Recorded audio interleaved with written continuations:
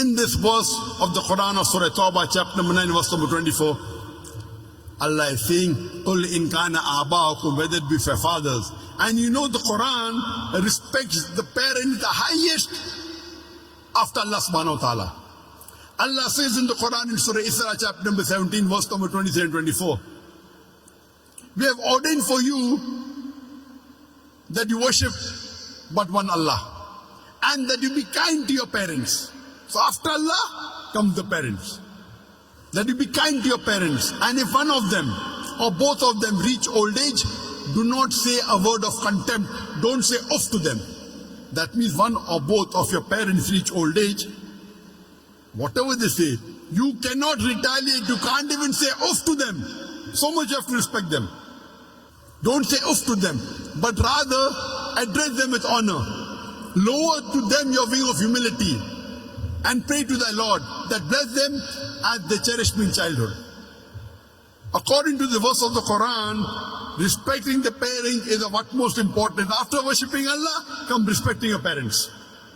Allah says in Surah Nisa, chapter 4, verse number 135, Ya ayyuhalladhina amanu, O you believe, stand out for justice as witness to the truth of Allah subhanahu wa ta'ala, even if it be against yourself, against your parents, against your relatives, rich or poor.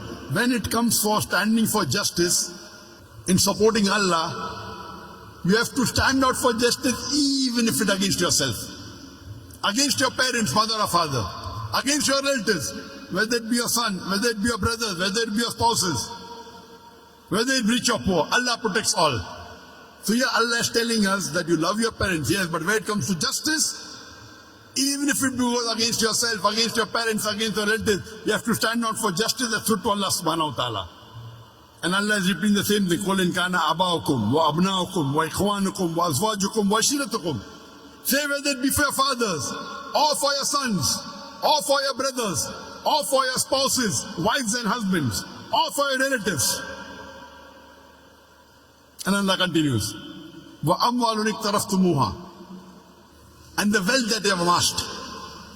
Allah says in Surah Baqarah, chapter number 2, verse number 261, that the parable of those who spend their way in the way of Allah subhanahu wa ta'ala, the parable of those who spend in the way of Allah subhanahu wa ta'ala is like a grain of corn, and that corn becomes 7 years, each year bearing 100 corns. That means that one grain becomes 700 grains. Allah says, if you spend in the way of Allah, Allah will give you 700 times profit. In business terminology, 70,000% profit. If you spend in the way of Allah subhanahu wa ta'ala, Allah promises you 70,000% profit, 700 times profit. And Allah continues, Allah will give you much more. That means minimum profit Allah has guaranteed you if you spend in the way of Allah is 70,000%, 700 times profit. Allah continues, وَأَمْوَالٌ اقْتَرَفْتُمُوهَا وَتِجَارَةٌ تَخْشَوْنَ كَسَادَهَا وَمَسَاكِنُ تَرْضَوْنَهَا. The wealth you have amassed, the business in which you deal, the house in which you live.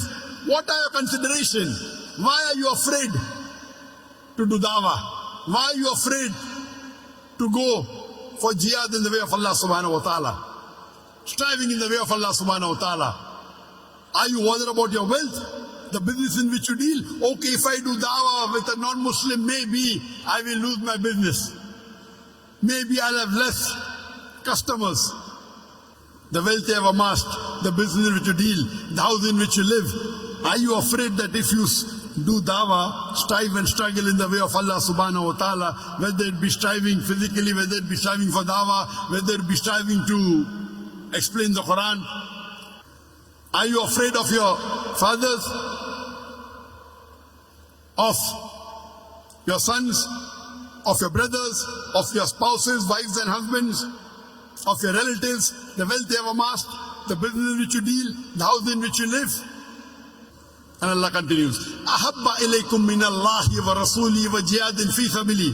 If you love all these 8 things more than Allah, more than His Rasul, and doing jihad in the way of Allah subhanahu wa ta'ala and striving in the way of Allah subhanahu wa ta'ala. Allah says, fatarabbasu, wait. When Allah says wait, what does he mean? He's giving you a warning.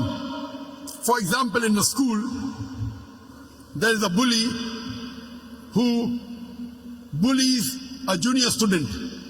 And the junior student tells that big bully who is a senior student, wait till I get my elder brother. And his elder brother happens to be a big gangster. So when the junior student is telling the senior student, wait, he's actually giving him a warning, you buzz off. You get out, otherwise you'll be taught a lesson. When the junior student tells the senior student, wait, he's telling him, wait till I teach you a lesson. That means you better run off. So when Allah says, fatarabbasu, Allah is telling us Muslims, you better improve. فَتَرَبَّصُوا حَتَّى يَأْتِيَ اللَّهِ بِأَمْرِهِ, until Allah brings about His decision unto you. Wait, otherwise Allah will bring upon destruction unto you.